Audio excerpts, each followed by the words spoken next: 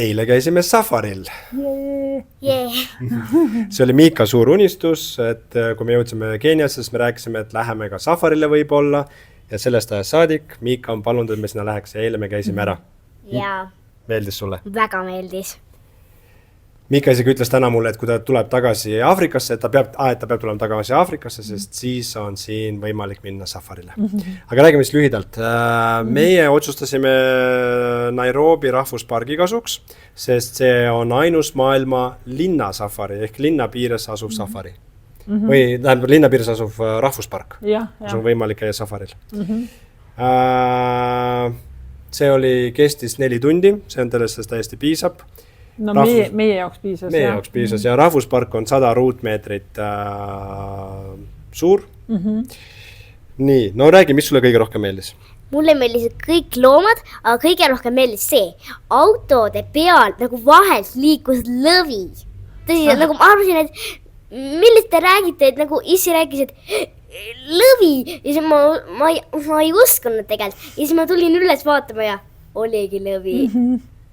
Loomade kuningas, jah? Ja. Keda veel nägime? Sebrasid ja pärlkanu, vähemalt me arvasime, antišokke, antiloope. Kes veel oli ja kes need pikakaelaga olid? Jaanalinde, kaelkirjakuid, krokodille. Kes veel vees olid? Jõehobusid, ninasarvikuid. Jaa. No enamus suuri loomi sai ära nimetatud. Gasellid, ahvid, veel mingid sellised gaselli või antiloobi laadsed. Kiired. Ka magasid päeval, jah. Ja igasugused linde nägime. Linde oli palju, jah. Mis on marabuu, siis raisakotkas. Kes veel? Ma ei tea, seal oli mingi veider lind. Väiksed igasugused, värvilisi linde oli hästi palju. Meil ajasid autojuhid peaaegu pärlkannad alla. Ei, jooksid küll, jah. Aga ei, see, mida Miika ütles, et tuli üles, vaata, siis see oli sulle ka suur elamus, et auto oli lahti pealt, jah. Katus käis lihtsalt ülesse. Ja see vist meeldis Miikale ka väga, sest sai autos ringi Miika, tavaliselt ikka ju peab olema rihmaga kinni ja istuma ühe koha peal. See polnud rihmi. See tegelikult rihmad olid, aga seal safaril keegi neid ei kasuta, sest auto liigub tegelikult küll vahepeal veidi kiiremini, aga üldiselt ikka aeglaselt. Ja seista võib seal. Saab seista, hoida kinni sealt. No issi hoidis Miikat kinni, jah. No jaa, see oli lõbus. No nii, mis veel selles safaris? Meil vedas ilmaga, et seal päev enne sadas vihma või öösel ja siis teed olid sellised, ei olnud tolmused. Seal on väga, jah. Safaril on see ju, et autod kihutavad üksteise järel ja lõpupoole juba kuivas ära tee. Oli tolmu, tuli juba. Ja siis hakkas tulema tolmu. Me pidime kõik alla minema. Jah, siis viskas küll silma liiva. Ja mulle viskas pori näkku. Sest hommikul oli ilus näha, et kõik see loodus, kui ta päike tõusis, siis kõik veel oli märg. Siis ma küsisingi, et kas see on kaste, aga siis meie giid ütles, et see ei ole, et see on öine, see vihm, mis oli, et tavaliselt neil ei ole, kõik on kuiv väga. Ta ütles, et tavaline on see, et kui tagasi koju või hotelli jõuavad need, kes lähevad saavad, kõik on väga tolmused. Et selles mõttes meil vedas, sest see oli üldse esimest korda, kui 18 päeva jooksul, kui sadas niimoodi kõvemini. Ja samas vedas, sest et peale järgmine päev hakkas väga kõvasti sadama vihma.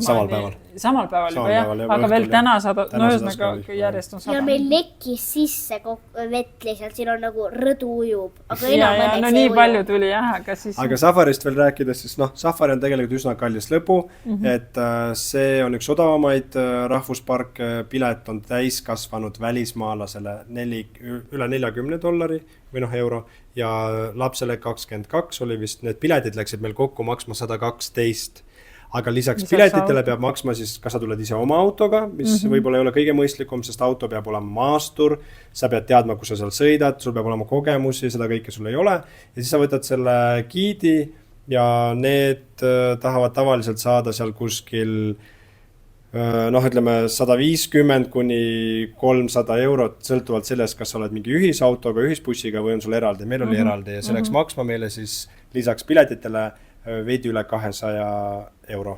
Ja nad ütlesid ka, kusjuures seda, et nagu tahtsid, et me jalutama läksime ja me läksimegi ja lõpuks selgus, et see maksis ka raha. Ja väiksed lisakulusid muidugi üritatakse pähe määrida, et üks oli rahvuspargi need pargivalvurid jah, või kes nimetatakse, kes küsisid väikse jootraha. Et me kõndisime lihtsalt seal ja pärast meid viidi muidugi ka, see juba ei puutu safarisse. Pea juba valutas ja me pidime veel nagu poodi vaatama, sest nagu juhid ütlesid ja siis nad lihtsalt läksid sööma. Meie tulime no, tegelikult välja jah, see oligi mõte, et meie ka sinna sööma läheks. Ja just. Aga ühesõnaga võin seda veel öelda, et võib ka ise minna, seal oli ka inimesed, kes läksid oma autoga, aga seal on see, et esiteks sa ei saa tõesti, auto ei ole nii kõrge, sest nemad olid ikka oluliselt madalamal, katus ei käinud lahti, ei saa vaadata nii hästi ja pluss see giid ikka teadis selles mõttes ja autojuht ka, et kus need loomad liiguvad, et meile on see muidu tundmatu. Pluss nad suhtlevad omavahel, need autojuhid ja giidid, nad vahepeal peatuvad, suhtlevad omavahel, niimoodi peatuvad autod vastakult ja räägivad, kus mis loom on. Ja nendel on need raadiod, kus nad oma lainel seal suhtlevad, räägivad jällegi, et mis loomad kuskil on. Nii et kui mingi loom on huvitav, siis kõik kimavad sinna, kes seal läheduses on. Aga vaikselt. Aga vaikselt. Ja selles mõttes loomades. Vaikus, ainult need giidid räägivad midagi. Ja siis vaata, see loom on see ja tal on valge ja mustade triipudega ja niimoodi. Ja jätavadki auto tegelikult seisma ja rahulikult saab seisad, siis vaadata neid loomi ja ei sega need. Sest mina arvasin seda, et väga segame neid loomi, aga tegelikult loomad seal said toimetada, neil on väga palju ja need teid ei ole ikka nii palju seal, vaid neil on ikka oma vaba loodus, kus nad seal siis.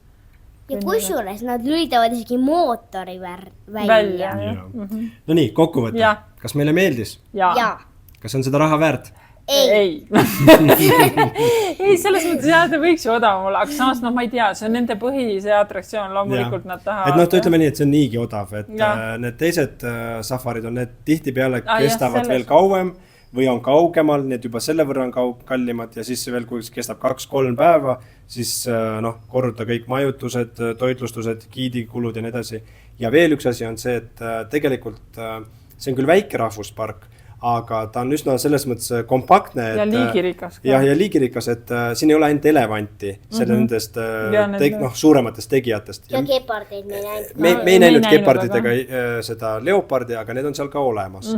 Aga ta rääkis meile niimoodi, et näiteks suuremates, ta algul ju üritas meile müüa suuremat seda rahvusparki maha. Mingid hüääne nägime ka. Šaakalid. Aga ta rääkis seda, et näiteks suures rahvuspargis näiteks vahepeal sa ajad seda ninasarvikut taga seal mitu päeva ja sa ei näegi teda, on ju. Et aga siin me nägime ninasarvikut kohe. See oli väga kompaktne ja meile sobis selles mõttes hästi, et me ei pidanud nii kaua sõitma seal ja kuidagi. Suurematest loodusesõpradele võib-olla on huvitav mitu päeva seal käia, siis näeb veel mingit. Aga võimalik on ka vastupidi, mitte meie ja ninasarvikut taga, vaid nemad ajavad meid taga. Võimalik, et see on üldse nende jaoks tehtud, nemad saavad meid inimesi vaadata. Õhtul maksavad loomad piletiraha ka. Okei.